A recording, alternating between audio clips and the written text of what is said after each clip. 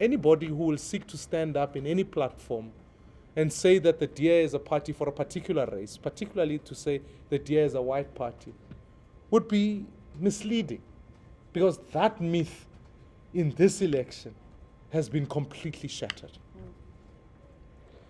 I also think it's going to be critical, as people have been asking me questions about coalitions and what they mean. And I think it might be worth my while here just to spend a little bit of time just outlining the fact that a coalition does not mean a merger. We'll certainly not be merging with any party. But I also think that we mustn't make the assumption that as I sit here today, we are desperate to get into any government. We will work with people whose interests are for the people of South Africa.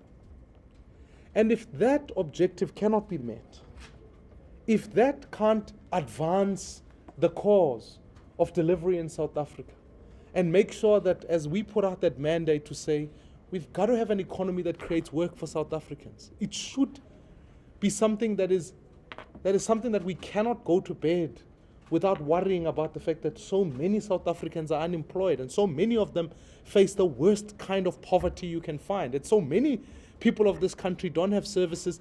We cannot at this point form governments that will undermine that objective of advancing the cause of freedom in South Africa. And therefore, I think I must say it in no uncertain terms, that we will not go into a coalition if that objective is undermined. We're not in the interest of seeking power for power's sake. We're in the interest of serving the people of this country. So, we will continue to do that work.